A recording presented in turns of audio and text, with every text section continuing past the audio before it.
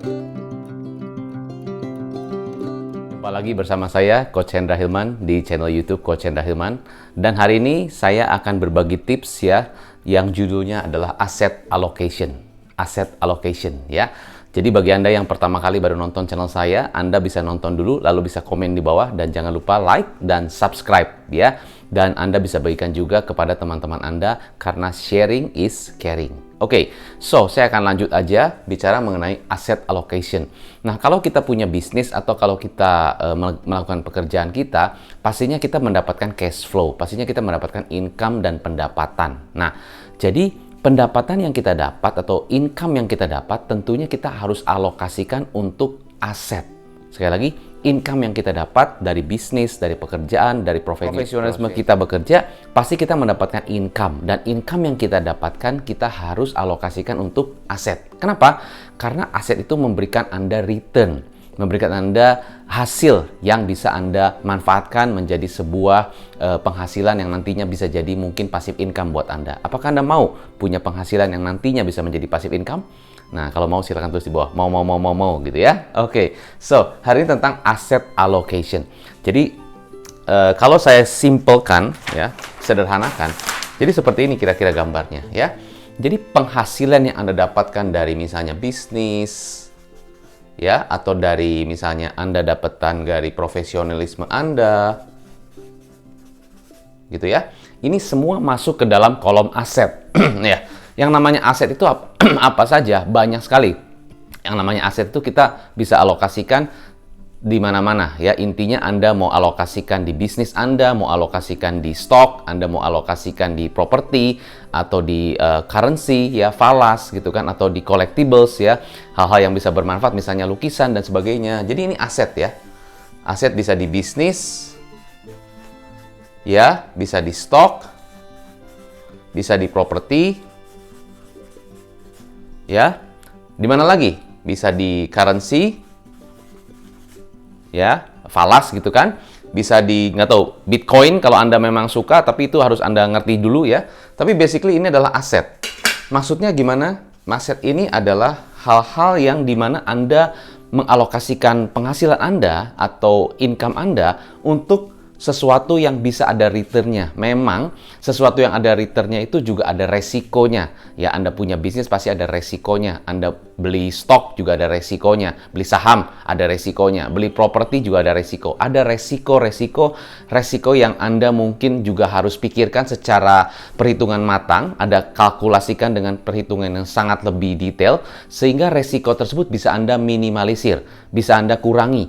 Jangan Anda pengen punya properti. Coach katanya punya aset beli properti. Iya, beli properti benar, tapi kalau propertinya jadi liabilities, keluar terus ya, bisa jadi tidak jadi aset buat Anda. Propertinya bagus, maksudnya bagus adalah apa? Anda bisa mendapatkan properti tersebut, bahkan Anda untung di saat Anda beli. Sekali lagi, properti itu bisa disebut aset ya, kalau Anda untung di saat Anda beli properti tersebut. Itu paling penting ya. Oke, itu tentang aset. Dan ini banyak sekali. Bisnis, stok, properti, dan sebagainya. Jadi aset adalah sesuatu yang tadi ada resikonya. Ada juga mungkin ya beberapa investasi yang resikonya sangat kecil. Deposito, government bond gitu misalnya. Itu memang resikonya sangat kecil. Tapi ya di situ mungkin secara pendapatan tidak terlalu besar returnnya. Tapi secara resiko kecil. Anda bisa alokasikan ke sana ya. Memang secara value bisa jadi turun. Tapi itu adalah salah satu investasi daripada Anda simpen di bank saja tidak Kalau Anda ingin mendapatkan aset lebih banyak, tentunya Anda harus bisa mengalokasikan income yang Anda dapatkan, baik dari bisnis Anda, profesional, dan sebagainya, untuk Anda alokasikan untuk aset. Sekali lagi ya, jadi asetnya bisa dari bisnis, dari stok, properti, currency, dan sebagainya. Nah, ini semua yang tadi saya sudah sampaikan ada resikonya ya. Ada beberapa yang resikonya kecil juga Anda boleh alokasikan ke sana, daripada Anda hanya simpan di tabungan saja ya. Nah, ini sedikit mengenai aset. Bagaimana Anda bisa mengalokasikan income Anda untuk di aset ya. Dan salah satu tips saya adalah Anda bisa diversifikasi ya.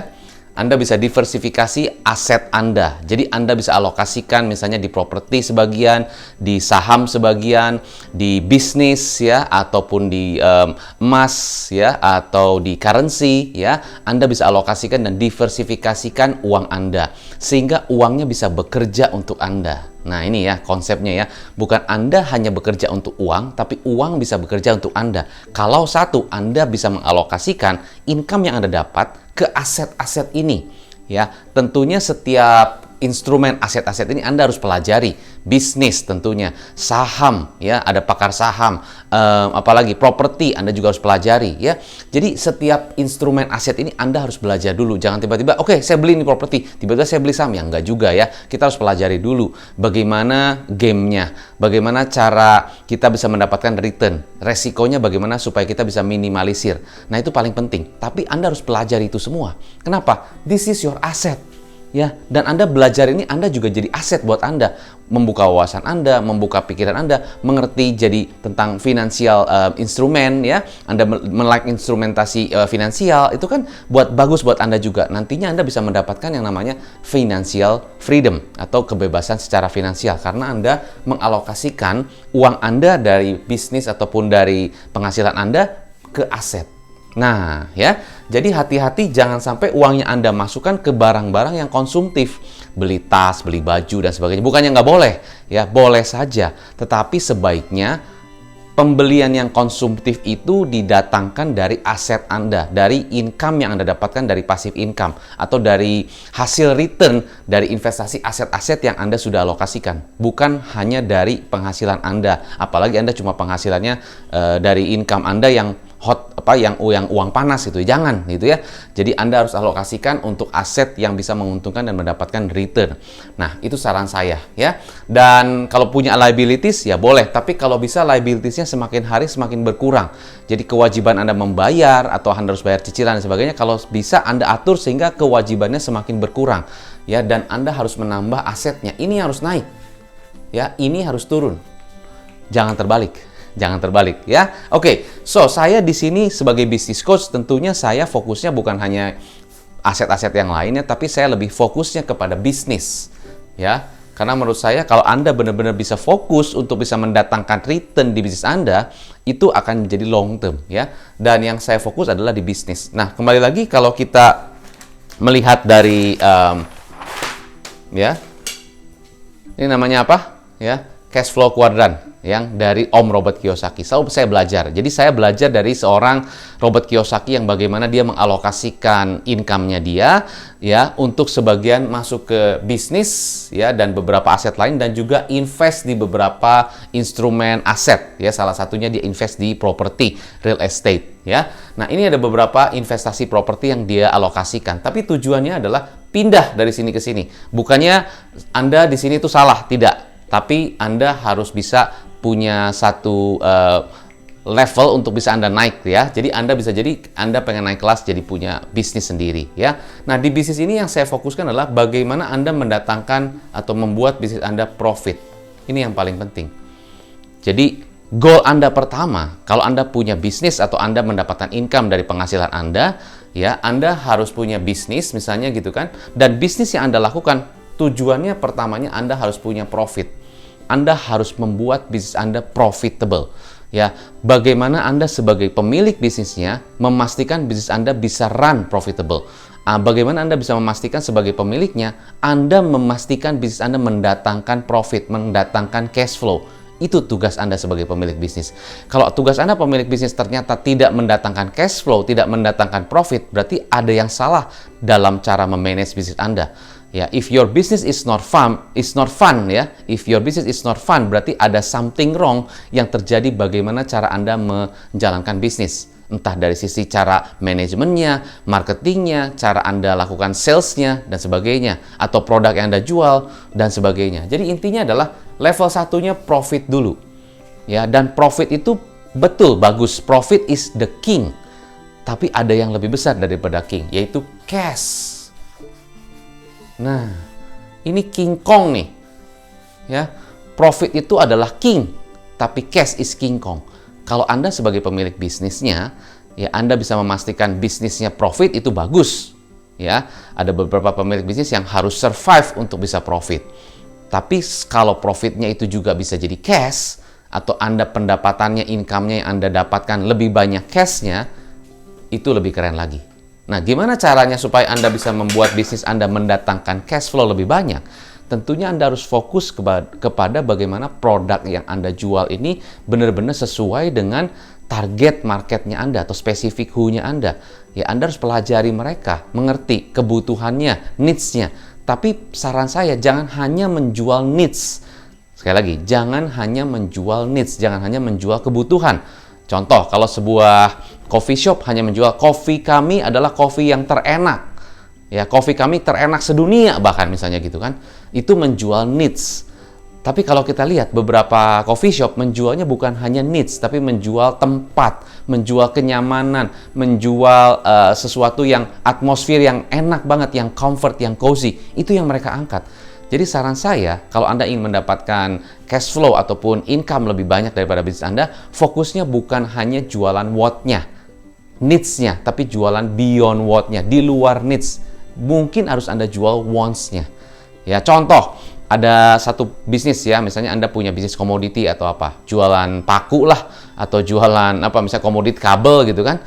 Nah, Anda harus pikirkan, ya kalau Anda jualannya berdasarkan harga saja, ya, kadang-kadang customer pasti akan membandingkan harga. Tapi coba Anda pikirkan, apakah Anda bisa jual lebih mahal dengan marketing yang Anda angkat? Tentunya harus ada marketingnya bisa diangkat. Sehingga Anda misalnya contoh, Anda jual satu produk Anda contoh ya, ini saya kasih contoh buat Anda. Simple. Nih, kita bicara simple. Satu produk. Ya, apalah produknya komoditi. Itu misalnya. Harga jualnya berapa? Ke customer, misalnya contoh 12.000. Misalnya contoh 12.000. Ternyata kompetitor jualnya ada yang 11.500, 11.300 ya, ada yang 12.500, ada yang 11.000 ya, 10.750. Pokoknya rata-rata di sekitar angka segitulah. Akhirnya bisa perang harga. Anda pikir 12.000? Ya, memang betul sih. Itu salah satu strateginya untuk bisa kompetitif. Setuju. Bisa jadi orang price sensitive. Tapi bisa jadi gara-gara Anda jualnya kompetitif, jadi perang harga terus. Nah, kenapa nggak Anda coba jual? Ya, kalau saya tuliskan begini, kenapa nggak Anda coba jual? Misalnya harganya 18.000.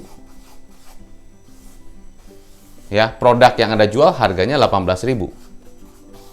Mungkin produknya sama, tapi pasti Anda harus gali keunggulannya, harus Anda diferensiasinya, harus ada gitu kan. Tapi kalau Anda jualnya 18.000, ya, Anda punya margin lebih untuk membuat budget marketing, untuk Anda berikan kepada reseller Anda atau distributor Anda atau agen Anda yang jual produk Anda. Sehingga mereka lebih semangat jualnya karena mereka punya margin yang lebih besar dari Anda. Kenapa? Karena Anda jualnya lebih mahal. Nggak bisa, coach. Saya perang harga. Coach ngomong enak aja begitu. Siapa bilang? Coba kita lihat produk-produk tertentu. Harganya sama modalnya jauh sekali. Ada produk yang modalnya hanya 100.000 bisa dijual 400.000. Ya itu kan bukan produk saya, coach. Itu kan produk lain. Siapa bilang? Ya, produk-produk komoditi pun bisa dijual lebih mahal. Kenapa? Karena mereka bisa angkat di marketing. Ya, saya kasih tahu begini. Semua produk yang dijual ya dan customer beli itu 20%-nya logik, 80% emosional. Kalau nggak percaya coba aja. Anda beli jam, Anda beli tas, Anda beli baju atau apapun. Iya betul, kita lihat harganya, tapi kita juga lihat emosionalnya. Nyaman nggak, bagus nggak, brand dan sebagainya. Itu kita emosional. Kita berasanya gimana kalau pakai baju tersebut, ya? Itu emosional. Apapun itu, 20% logika, 80% adalah emosional. Jadi kita bisa angkat harganya. Nasi bebek, ya satu paket nasi bebek ada yang 12.000, 15.000, kompetitif bisa. Tapi bisa nggak kita jualnya 25.000? Bisa. Ya diganti garnisnya, diganti potongannya dan sebagainya. Bisa banget angkat di marketing. Nah, dengan kita angkat harganya, kita punya budget untuk lakukan marketing. Nah, kalau Anda mepet di sini, gimana Anda punya budget untuk marketing? Akhirnya kalau Anda nggak ada marketing, gimana customer akan tahu produk Anda? Bagaimana Anda mendapatkan cash flow? Nah, ini sedikit mengenai bisnis strategi. Nah, jadi balik lagi ke saya punya sharing mengenai bagaimana aset alokasi. allocation aset ya, Anda juga harus menghasilkan cash flow di bisnis Anda. Kalau Anda memang investasi alokasinya ke bisnis ya, karena saya sebagai bisnis coach, tujuan saya membantu Anda supaya Anda bisa mendatangkan profit lebih banyak di bisnis Anda. Kalau Anda sebagai bisnis ownernya, tapi Anda tidak bisa mendatangkan profit dan cash flow ke bisnis Anda, berarti something wrong dengan Anda. Ya, itu saran saya. Jadi, fokuslah ke bagaimana cara Anda menjual produk Anda. Memang bisa jadi lebih mahal, tapi Anda bisa angkat di marketing, fokus di communication-nya. Harus dipelajari, ya. Kalau Anda bingung gimana caranya, hubungi nomor telepon di bawah, konsultasi dengan saya. Come on, do some action. Because what? Because kita harus bisa berkembang terus, bisa maju terus. Kenapa? Your business depends on you. Bisnis Anda tergantung Anda. Kalau Anda maju, Anda berkembang, bisnis Anda juga berkembang. Ya, oke. Kesimpulannya buat Anda adalah apapun investasinya, ya, kita harus tahu dan mempelajari ya, dan mengerti resikonya dan bagaimana kita bisa mendapatkan return yang maksimal di dalam investasi tersebut. Bisnis lah, properti lah, stok dan sebagainya. Oke? So, saya Coach Hendra Hilman, sukses selalu, take care, salam positif dan salam pengusaha.